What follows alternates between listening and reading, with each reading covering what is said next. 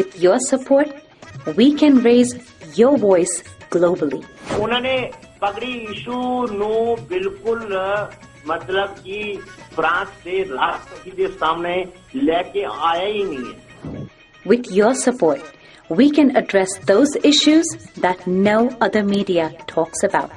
जो हाल अकालियां ने बादल क्या ने इन्हां ने सिੱਖੀ ਦਾ ਤੇ ਬੇੜਾ ਗਰਕ ਕੀਤਾ ਹੈ. With your support, we can bring you breaking news from around the world.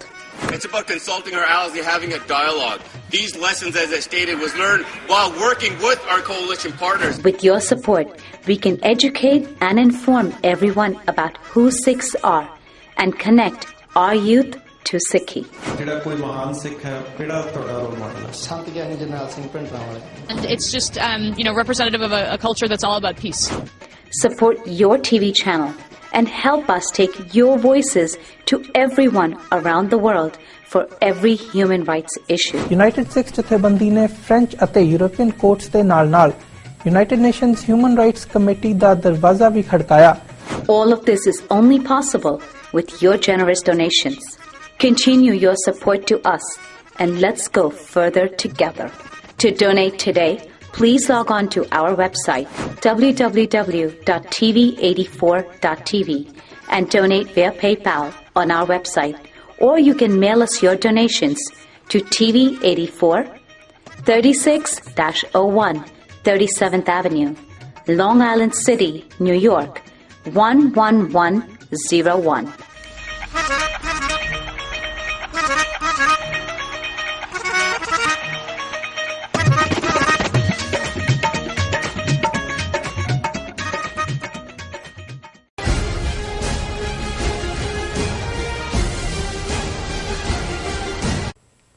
ਦਰਸ਼ਕੋ ਪ੍ਰੀਤਪਾ ਤੁਹਾਡਾ ਸਵਾਗਤ ਹੈ ਜੀ ਰਾਉਸਾ ਸਾਡੇ ਕੋਲ ਅਗਲਾ YouTube ਕਮੈਂਟ ਆਇਆ ਹੈ. ਤੁਹਾਡੇ ਪੜਨ ਤੋਂ ਪਹਿਲਾਂ ਪੰਜਾਬ ਦੇ ਜਿਸ ਗਵਰਨਰ ਦਾ ਮੈਂ ਜ਼ਿਕਰ ਕੀਤਾ ਜਿਹੜਾ ਮਾਰਿਆ ਗਿਆ ਉਹਦਾ ਨਾਮ ਸਲਮਾਨ ਤਾਸੀਰ ਜੀ ਤੇ ਇਹਦਾ ਦਾਵਾ ਸੀ ਤਵਲੀਨ ਸਿੰਘ ਦਾ ਕਿ ਮੇਰਾ ਇਹਦੇ ਨਾਲ ਵਿਆਹ ਹੋਇਆ ਉਹ ਕਦੇ ਨਹੀਂ ਮੰਨਿਆ. ਵੈਸੇ ਮੁੰਡਾ ਵੀ ਸੀ, ਉਹ ਕਹਿੰਦੇ ਸੀ ਉਹਦਾ ਹੈ, ਉਹ ਕਹਿੰਦੇ ਸੀ ਨਹੀਂ ਮੇਰਾ ਕੋਈ ਮੁੰਡਾ ਨਹੀਂ ਹੈ. ਜੀ ਡਾਕਟਰ ਸਾਹਿਬ ਮੈਂ ਕਿਵੇਂ ਸਟੇਟ ਕਰਦੇ ਆ ਰਿਕਾਰਡ.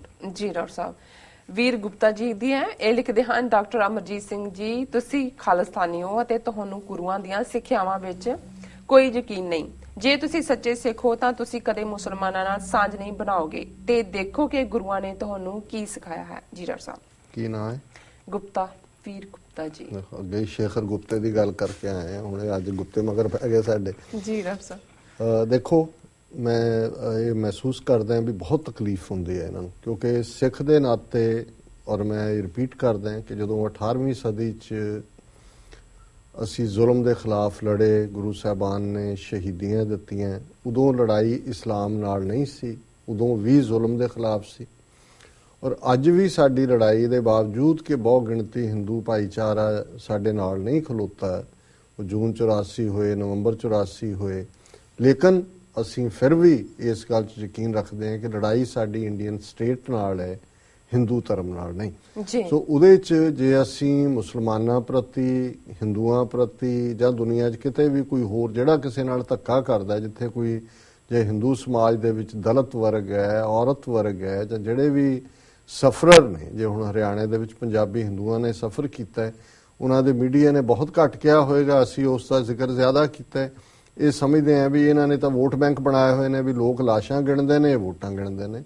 ਪਰ ਇਹ ਇਸ ਕਿਸਮ ਦੇ ਵੀਰ ਜਿਹੜੇ ਨੇ ਇਹਨਾਂ ਨੂੰ ਇਹ ਚੰਗਾ ਨਹੀਂ ਲੱਗਦਾ ਕਿ ਸਿੱਖ ਔਰ ਮੁਸਲਮਾਨ ਜਿਹੜੇ ਨੇ ਉਹ ਕਿਸੇ ਕੇਸ ਜਾਂ ਕਿਸੇ ਇਸ਼ੂ ਦੇ ਉੱਤੇ ਟੂਗੈਦਰਨੈਸ ਦਿਖਾਣ. ਸੋ ਅਸੀਂ ਸਮਝਦੇ ਹਾਂ ਵੀ ਕਸ਼ਮੀਰੀ ਜਿਹੜੇ ਨੇ ਉਹਨਾਂ ਦੀ ਆਜ਼ਾਦੀ ਦੀ ਲੜਾਈ ਹੈ, ਉਹ ਮੁਸਲਮਾਨ ਨੇ ਜ਼ਿਆਦਾ, ਨਾਗੇ ਨੇ ਉਹ ਈਸਾਈ ਨੇ, ਅਸੀਂ ਉਹਨਾਂ ਦੇ ਨਾਲ ਵੀ ਖਲੋਤੇ ਹਾਂ. ਮਨੀਪੁਰ ਦੇ ਵਿੱਚ ਜਿਹੜੇ ਨੇ ਉਹ ਹਿੰਦੂ ਗਰੁੱਪ ਨੇ ਜਿਹੜੇ ਲੜਦੇ ਨੇ ਇਹਨਾਂ ਦੇ ਇੰਡੀਅਨ ਸਟੇਟ ਦੇ ਖਿਲਾਫ, ਅਸੀਂ ਉਹਨਾਂ ਦੇ ਨਾਲ ਵੀ ਖਲੋਤੇ ਜੀ. ਸੋ ਜੇ ਤਮਿਲ ਜਿਹੜੇ ਨੇ ਸ੍ਰੀਲੰਕਾ ਦੇ ਵਿੱਚ ਤਮਿਲ ਹਿੰਦੂ ਸਨ ਜਿਹੜੇ ਲੜਦੇ ਰਹੇ, ਅਸੀਂ ਹਮੇਸ਼ਾ ਉਹਨਾਂ ਦੇ ਨਾਲ ਸਿੰਪੈਥਾਈਜ਼ ਕੀਤਾ. ਸੋ ਅਸੀਂ ਕੋਈ ਕਿਸੇ ਇੱਕ ਦੇ ਨਾਲ ਨਹੀਂ ਹੈ. ਅਸੀਂ ਇਹ ਸਮਝਦੇ ਹਾਂ ਵੀ ਧਰਮ ਵਾਈਜ਼ ਸਿੱਖੀ ਦੀ ਪੋਜੀਸ਼ਨ ਤਾਂ ਹਰ ਇੱਕ ਦੇ ਧਰਮ ਦਾ ਅਸੀਂ ਸਤਿਕਾਰ ਕਰਦੇ ਹਾਂ. ਬਾਕੀ ਜਿਹੜੇ ਜ਼ੁਲਮ ਦੇ ਖਿਲਾਫ ਲੜਨ ਵਾਲੇ ਨੇ ਔਰ ਜੇ ਸਾਡਾ ਦੁਸ਼ਮਣ ਕਾਮਨ ਹੈ ਸਿੱਖਾਂ ਦਾ, ਕਸ਼ਮੀਰੀਆਂ ਦਾ, ਨਾਗਿਆਂ ਦਾ, ਮਨੀਪੁਰੀਆਂ ਦਾ, ਦਲਿਤਾਂ ਦਾ, ਇੰਡੀਅਨ ਸਟੇਟ, ਤੇ ਫਿਰ ਅਸੀਂ ਉਹਨਾਂ ਦੇ ਨਾਲ ਟੂਗੈਦਰਨੈਸ ਦਿਖਾਉਂਦੇ. ਫਿਰ ਵੀ ਗੁਪਤਾ ਜੀ ਦਾ ਸ਼ੁਕਰੀਆ ਕਿ ਘੱਟੋ ਘੱਟ ਗੁਪਤ ਨਹੀਂ ਰਹੇ, ਸਾਹਮਣੇ ਆ ਗਏ। ਜੀ ਡਾਕਟਰ ਸਾਹਿਬ, ਬਿਲਕੁਲ। ਹੁਣ ਤੁਸੀਂ ਸਾਡੇ ਦਰਸ਼ਕਾਂ ਨੂੰ ਦੱਸੋ ਅੱਜ ਦਾ ਵਿਚਾਰ। ਅੱਜ ਦੇ ਵਿਚਾਰ ਲਈ ਮੈਂ ਰੈਂਡਮ ਸ਼ਬਦ ਪਿਕ ਕੀਤਾ। ਮੈਂ ਸੇਵਾ ਦੇ ਕਨਸੈਪਟ ਬਾਰੇ ਕੁਝ ਲੱਭ ਰਿਹਾ ਸੀ ਤੇ ਇਹ ਸ਼ਬਦ ਭਾਵੇਂ ਬਹੁਤ ਵਾਰ ਪੜ੍ਹਿਆ, ਲੇਕਿਨ ਮੈਨੂੰ ਲੱਗਾ ਵੀ ਮੈਂ ਹੁਣ ਕਾਫੀ ਵਕਤ ਇਸ ਤੇ ਲਾਇਆ ਤੇ ਇਸ ਨੂੰ ਅੱਜ ਡਿਸਕਸ ਕਰਾਂਗੇ। ਸ੍ਰੀ ਰਾਗ ਦੇ ਵਿੱਚ ਸ਼ਬਦ ਹੈ, ਮਹੱਲਾ ਪਹਿਲਾ, ਘਰ ਪੰਜਵਾਂ। ਜੀ।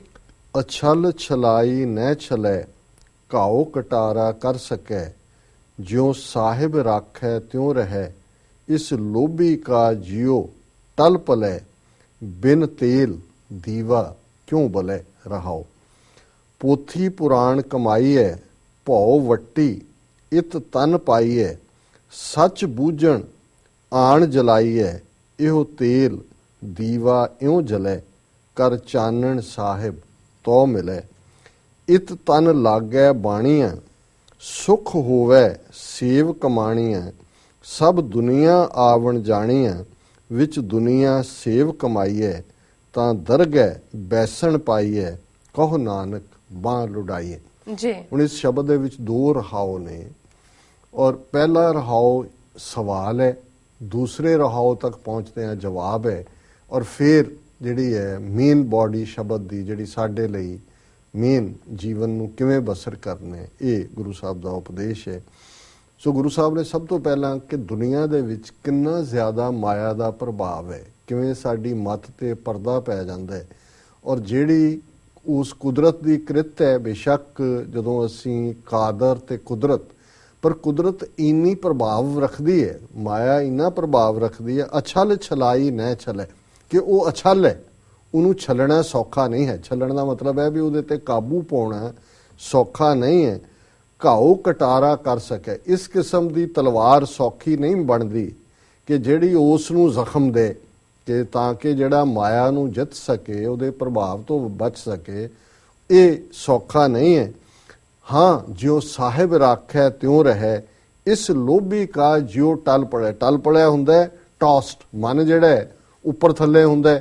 ਕਬਹੂ ਜੀੜਾ ਊਬ ਚੜਤ ਹੈ, ਕਬਹੂ ਜਾਏ ਪਿਆਲੇ, ਲੋਭੀ ਜੀਰਾ ਥਿਰ ਨਾ ਰਹਿਤ ਹੈ, ਚਾਰੇ ਕੁੰਟਾਂ ਪਾਲੇ, ਘੁੰਮ ਰਿਹਾ ਚਾਰ ਚਫੇਰੇ। ਪਰ ਜੇ ਅਸੀਂ ਹੁਕਮ 'ਚ ਰਹਿਣਾ ਸਿੱਖ ਜਾਈਏ, ਜੋ ਸਾਹਿਬ ਰਾਖੈ ਤਿਉ ਰਹੈ, ਫਿਰ ਸ਼ਾਇਦ ਇਹ ਜਿਹੜਾ ਲੋਭੀ ਜੀੜ ਹੈ ਇਹ ਟਿਕ ਕੇ ਬਹਿ ਜਾਏ, ਨਹੀਂ ਤਾਂ ਇਹ ਟਲ ਪਲ ਹੈ, ਇਹਨੇ ਬਹਿਣਾ ਨਹੀਂ ਹੈ। ਇਹਨੇ ਜਿਵੇਂ ਮਰਕਰੀ ਹੁੰਦਾ, ਪਾਰਾ ਥਰਮਾਮੀਟਰ ਹੁੰਦਾ ਸੀ, ਖੁਸ਼ੂ ਕਰਕੇ ਉੱਪਰ ਚੜ ਗਿਆ ਤੇ ਥੱਲੇ ਆ ਗਿਆ। ਸੋ ਇਹ ਪਾਰੇ ਵਾਂਗੂ ਥਿਰਕਦਾ। ਹੁਣ ਪਾਰੇ ਬਾਰੇ ਕਹਿੰਦੇ ਥਿਰਕਦਾ। ਹੁਣ ਸਵਾਲ ਹੈ, ਬਿਨ ਤੇਲ ਦੀਵਾ ਕਿਉਂ ਜਲੇ, ਕਿ ਵੀ ਜੇ ਬਾਡੀ ਦੇ ਵਿੱਚ ਉਹ ਰੁਮਕਦੀ ਜ਼ਿੰਦਗੀ ਨਹੀਂ ਹੈ ਉਸ ਨਿਰੰਕਾਰ ਦੀ ਯਾਦ ਦੀ, ਤੇ ਉਹ ਇਸ ਲਈ ਕਿ ਉਹਦੇ 'ਚ ਤੇਲ ਹੀ ਨਹੀਂ ਹੈ। ਦੀਵਾ ਤਾਂ ਜਲੇਗਾ। ਹੁਣ ਇੱਥੇ ਅਲੰਕਾਰ ਦੀਵੇ ਦਾ, ਜੇ ਉਹਦੇ 'ਚ ਤੇਲ ਹੋਏਗਾ, ਹੁਣ ਕਿਵੇਂ ਤੇਲ ਪਾਉਣਾ ਤੇ ਇਸ ਦੀਵੇ ਨੂੰ ਕਿਵੇਂ ਜਗਾਉਣਾ, ਇਹਦਾ ਅਗਲੇ ਜਿਹੜਾ ਰਹਾਉ 'ਚ ਜਵਾਬ ਹੈ। ਪੋਥੀ ਪੁਰਾਣ ਕਮਾਈ ਹੈ, ਭਉ ਵੱਟੀ ਇਤ ਤਨ ਪਾਈ ਹੈ, ਸੱਚ ਬੂਝਣ ਆਣ ਜਲਾਈ ਹੈ, ਇਹੋ ਤੇਲ ਦੀਵਾ ਇਉਂ ਜਲੈ, ਕਰ ਚਾਨਣ ਸਾਹਿਬ ਤੋਂ ਮਿਲੇ।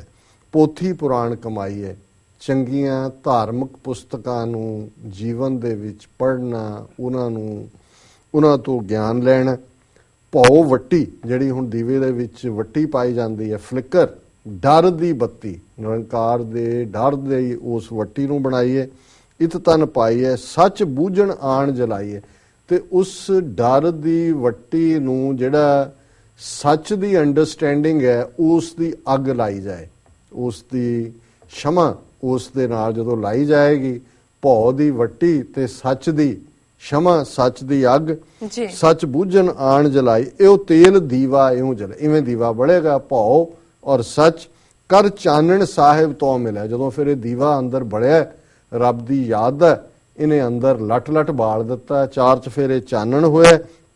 ਔਰ ਜਦੋਂ ਇਹ ਹੋਇਆ, ਇਤ ਤਨ ਲਾਗੈ ਬਾਣੀ ਹੈ, ਫਿਰ ਜਿਹੜੀ ਗੁਰੂ ਦੀ ਬਾਣੀ ਹੈ, ਗੁਰੂ ਦਾ ਸ਼ਬਦ ਹੈ, ਉਹ ਘਰ ਕਰਦਾ, ਉਹ ਤੁਹਾਡੇ ਤਨ ਨੂੰ ਮਨ ਨੂੰ ਪਹੁੰਚਦਾ ਛੋਂਦਾ। ਸੁਖ ਹੋਵੇ ਸੇਵ ਕਮਾਣੀ ਹੈ, ਤੇ ਜਦੋਂ ਗੁਰੂ ਕੀ ਬਾਣੀ 'ਚ ਮਨ ਟਿਕਣਾ ਸ਼ੁਰੂ ਹੋਇਆ, ਮਨ ਦੇ ਅੰਦਰ ਸੁਖ ਆਇਆ ਤੇ ਸੇਵਾ ਦਾ ਚਾਅ ਪੈਦਾ ਹੋਇਆ। ਇਹਨੂੰ ਕਹਿੰਦੇ ਨੇ ਸੈਲਫਲੈਸ ਸੇਵਾ ਨੂੰ। ਜਦੋਂ ਅਸੀਂ ਅੰਗਰੇਜ਼ੀ 'ਚ ਲਿਖਦੇ ਹਾਂ ਤੇ ਅਸੀਂ ਲਿਖਦੇ ਹਾਂ ਸੈਲਫਲੈਸ ਸਰਵਿਸ। ਜੀ, ਬਾਕੀ ਪੈਸੇ ਲੈ ਕੇ ਤਾਂ ਸਾਰੇ ਹੀ ਕਰਦੇ ਨੇ। ਸੋ ਜਦੋਂ ਇਹ ਸਥਿਤੀ ਬਣੀ, ਸੁਖ ਹੋਵੇ ਸੇਵ ਕਮਾਣੀ ਹੈ, ਸਭ ਦੁਨੀਆ ਆਵਣ ਜਾਣੀ ਹੈ। ਫਿਰ ਇਸ ਗੱਲ ਦੀ ਸਮਝ ਆ ਜਾਂਦੀ ਹੈ ਕਿ ਦੁਨੀਆ 'ਚ ਕੌਣ ਰਿਹਾ ਹੈ, ਸਾਰੀ ਦੁਨੀਆ ਆਉਣ ਜਾਣ ਵਾਲੀ ਹੈ। ਤੇ ਇਹ ਫਿਲਾਸਫੀ ਸਮਝ ਆਉਂਦੀ ਹੈ ਵਿੱਚ ਦੁਨੀਆ ਸੇਵ ਕਮਾਈ ਹੈ ਤਾਂ ਦਰਗਹਿ ਬੈਸਣ ਪਾਈ ਹੈ, ਕਿ ਜੇ ਦਰਗਾਹ ਦੇ ਵਿੱਚ ਨਿਰੰਕਾਰ ਦੀ ਉਸ ਕੋਈ ਥਾਂ ਲੈਣੀ ਹੈ, ਬਹਿਣ ਲਈ ਆਦਰਯੋਗ ਥਾਂ ਮਿਲਣੀ ਹੈ, ਤੇ ਵਿੱਚ ਦੁਨੀਆ ਸੇਵ ਕਮਾਈ ਹੈ। ਇਸ ਜੀਵਨ ਦੇ ਵਿੱਚ ਜਿਹੜਾ ਹੈ ਫਿਰ ਸੈਲਫਲੈਸ ਸਰਵਿਸ ਕਰੀਏ ਤਾਂ ਦਰਗਹਿ ਬੈਸਣ ਪਾਈ ਹੈ। ਕਹੋ ਨਾਨਕ ਬਾਂਹ ਲੁਡਾਈਏ, ਲੁਡਾਈਆਂ ਹੁੰਦਾ, ਹੁਣ ਇਹ ਸ਼ਬਦ ਗਾਇਬ ਹੋ ਗਿਆ ਪੰਜਾਬੀ 'ਚ। ਹੁਣ ਕਹਿੰਦਾ ਹੁੰਦਾ ਸੀ ਉਹ ਫਲਾਣਾ ਕੀ ਹੈ, ਲੁੱਡੀਆਂ ਪਾਉਂਦਾ ਫਿਰਦਾ। ਹੁਣ ਲੁੱਡੀਆਂ ਕੀ ਸੀ ਕਿ ਬਾਹਾਂ ਤੁਸੀਂ ਚੁੱਕ ਚੁੱਕ ਕੇ ਜਿਹੜਾ ਜਿਹਨੂੰ ਹੁਣ ਭੰਗੜਾ ਬਣਾ ਦਿੱਤਾ, ਖੁਸ਼ੀ ਦੇ ਵਿੱਚ ਜਿਹੜਾ ਤੁਹਾਡੀ ਸਾਈਨ ਆਫ ਐਕਸਕਲੇਮੇਸ਼ਨ ਹੁੰਦਾ ਸੀ, ਜਿਹੜਾ ਹੁਣ ਸਾਈਨ ਹੁੰਦਾ ਐਕਚੁਅਲੀ ਕਹੋ ਨਾਨਕ ਬਾਂਹ ਲੁਡਾਈ ਹੈ। ਜਦੋਂ ਫਿਰ ਤੁਸੀਂ ਸੇਵਾ 'ਚੋਂ ਚਾਅ 'ਚੋਂ ਵਾਹਿਗੁਰੂ ਤੁਹਾਡੀ ਯਾਦ 'ਚ ਹੈ ਤਾਂ ਫਿਰ ਤੁਸੀਂ ਲੁੱਡੀਆਂ ਪਾਉਂਦੇ ਫਿਰਦੇ ਹੋ। ਸੋ ਇਹ ਅੱਜ ਦਾ ਵਿਚਾਰ ਜੀ। ਡਾਕਟਰ ਸਾਹਿਬ ਤੁਹਾਡਾ ਬਹੁਤ ਬਹੁਤ ਸ਼ੁਕਰੀਆ, ਤੁਸੀਂ ਅੱਜ ਦਾ ਵਿਚਾਰ ਸਾਡੇ ਦਰਸ਼ਕਾਂ ਨਾਲ ਸਾਂਝਾ ਕੀਤਾ। ਇਸ ਨੇ ਆਪਣੇ ਵਿਊਅਰਸ ਕੋਲ ਨੇ ਇਜਾਜ਼ਤ। ਵਿਊਅਰਸ, ਸਾਡੇ ਪ੍ਰੋਗਰਾਮ ਦਾ ਸਮਾਂ ਇੱਥੇ ਸਮਾਪਤ ਹੁੰਦਾ। ਤੁਸੀਂ ਆਪਣੀ ਰਾਏ ਤੇ ਸੁਝਾਅ ਸਾਨੂੰ ਭੇਜਣਾ ਭੁੱਲਣਾ ਸਾਡੇ ਇਸ ਪਤੇ ਤੇ sos@tv84.tv ਤੇ ਅਸੀਂ ਆਪਣਾ ਪ੍ਰੋਗਰਾਮ ਲੈ ਕੇ ਫਿਰ ਦੁਬਾਰਾ ਹਾਜ਼ਰ ਹੋਵਾਂਗੇ। ਤਦ ਤੱਕ ਲਈ ਸਾਨੂੰ ਆਗਿਆ ਦਿਓ। ਦੇਖਦੇ ਰਹੋ TV84। ਬੁਲਾ ਦਿਓ ਫਤਿਹ। ਵਾਹਿਗੁਰੂ ਜੀ ਕਾ ਖਾਲਸਾ, ਵਾਹਿਗੁਰੂ ਜੀ ਕੀ ਫਤਿਹ।